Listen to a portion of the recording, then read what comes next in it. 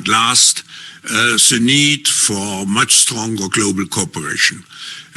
COVID has shown us that we are globally interdependent, and I think it's a wake-up call to work in the future together to address all the consequences and to create a reset in our economic, social, ecological thinking.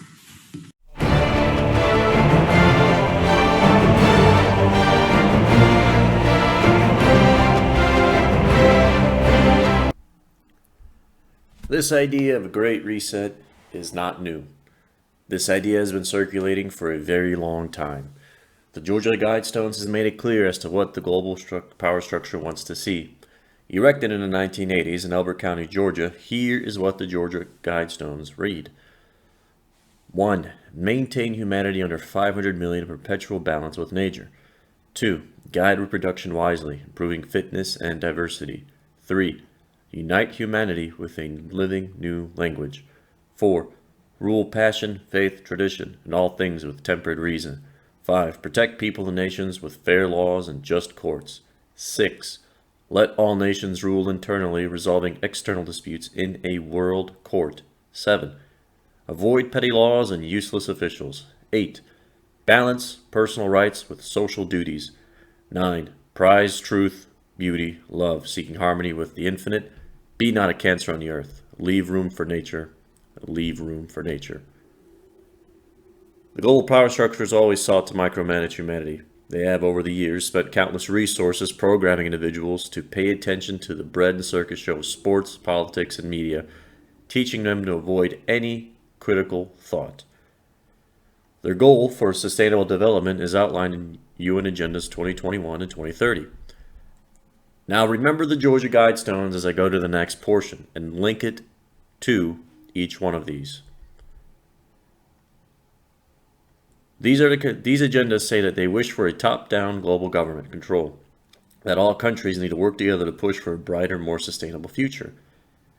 The stated goal is to reduce global resource consumption and pollution by implementing policies that reduce this in a 10-year timeline starting in 2020.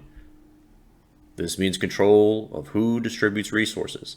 In the Great Reset, that is left to the megacorporations and the global government, changing governments and economies from capitalism and socialism to stakeholder capitalism.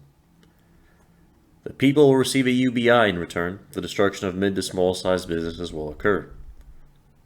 The Great Reset will focus on more authoritarian control. The Chinese government is a model for the Great Reset. This reset will suspend national constitutions and focus on UN agenda and laws. If a person, group, or nation does not follow these laws, massive consequences will occur. Some consequences are the blocking of essential resources like electricity and clean water. This country's infrastructure will be submissive to the UN demands. Medical authoritarianism will continue and flourish. CV-19 has presented the opportunity to track and trace individuals with microchips, digital tattoos, and DARPA gel. These programs will track medical records. If someone is not found outfitted with the proper vaccine, they will be refused entrance into stores, planes, concerts, and prevented from driving. For example, newest rule that came from the Ticketmaster that if you do not have the proper vaccine, you cannot go to a concert or a game. The Great Reset destroys individual property rights and focuses on communal living. People will receive room and board with the cost of complying to UN dictates and mandates. The Great Reset will make all global economies even by destroying them with the knockdowns.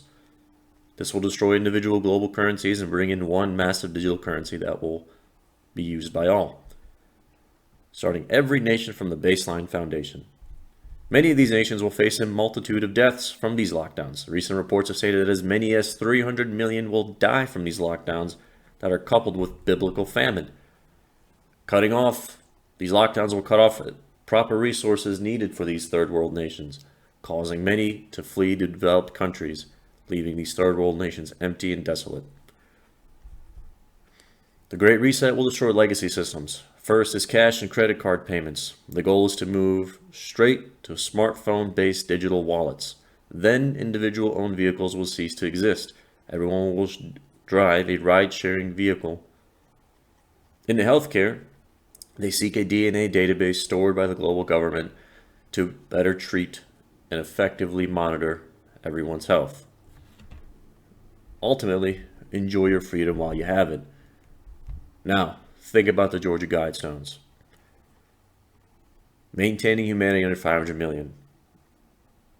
This will be done by simply killing many people off due to climate crisis, such as geoengineering and these lockdowns. Majority of these crises are made and implemented by these global power structures. Look into solar radiation management. Look into the abilities for these governments to create drought-creating programs.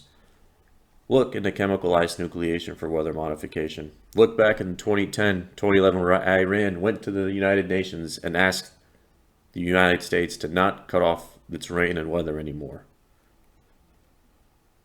2, when it comes to guiding reproduction wisely, the goal is to store everyone's information on a global database. This will allow and determine who and what can reproduce and who cannot reproduce. The ultimate goal is to obviously reduce the population of 500 million. To do so, they must track and trace everyone's movements, what they're doing, effectively also sterilizing them, whether it's through food, through water, through vaccines. Rule passion, faith, and tradition are all things with tempered reason. That is culture. They wish to implement their culture, their thoughts, their ideas onto the public by saying all of this is for the planet, for the people, for the poor, for the underprivileged. This is all a big plan for them. 5, protect people and nations with fair laws and just courts. I remember what I read earlier. These fair laws and just courts are all going to come from the UN. 6, let all nations rule internally, resolving external disputes in a world court. If any of these nations has an issue, they go straight to the UN court for that to be handled. Additionally, if there is an issue and they do not continue to go with the UN agenda, their resources will be stripped from them. Avoiding petty laws and useless officials, essentially gutting of mayors, council members, aldermen, a nation's elected officials, and only focusing on appointed lawmakers by the UN. 8, balance personal rights with social duties, which pretty much means social duties come first, your personal rights come second.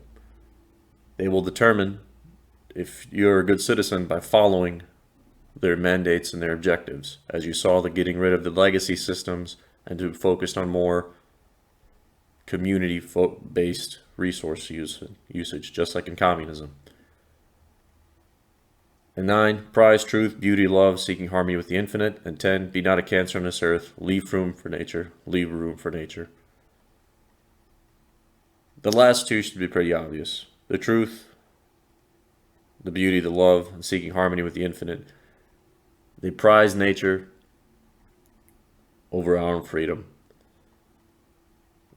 And the goal is to reduce us to have nature supposedly thrive, which is not the truth. Nature is always being used as a scapegoat for why we don't succeed as a nation, for why we don't succeed as a planet, for why our resources are being stripped. Never mind that the majority of our crises formed through nature is from these governments, these geoengineering programs, these wildfires caused by them, these droughts, all of this.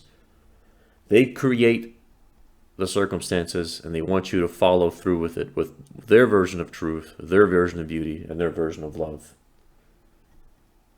And being not a cancer on earth, leave room for nature. Leave room for nature pretty much means we are a burden, we're a problem, and we need to be dealt with.